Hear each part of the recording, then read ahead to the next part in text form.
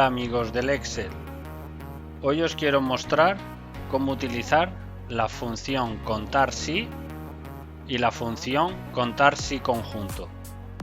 Bien, vamos a ello.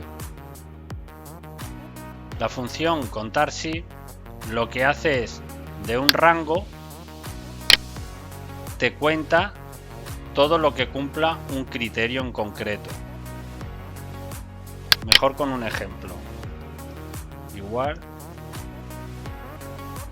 contar si rango sexo punto y coma y que sean personal masculino. Cerramos paréntesis. Como podéis observar, da de resultado 3. En sexo tenemos 3 personas de sexo masculino y 4 personas de sexo femenino. Si cogemos y cambiamos la M por una F, nos da el resultado 4. Esa es la función contar si. Ahora vamos a complicarlo un poquito más. La función contar si conjunto lo que hace es, de varios rangos y de varios criterios, te da un resultado. Bien, vamos a hacer un ejemplo. Igual contar si conjunto de este rango queremos saber qué personas son del sexo masculino y además del departamento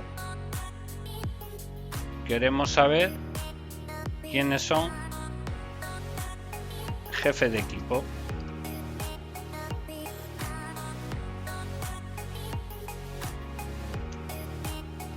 El resultado que da es 2. Sexo masculino, jefe de equipo, tenemos estos 2.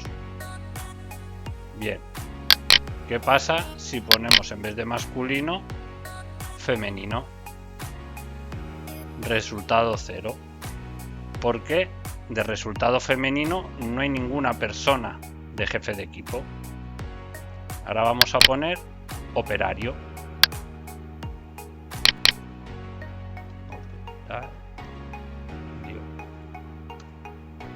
Y nos da 2. Aunque hay 3, uno es masculino y 2 son femenino. Bueno, espero que te haya resuelto tus dudas. Si te ha gustado, dale a like y suscríbete para más vídeos como este. Déjame en los comentarios si quieres que te haga algún tutorial específico.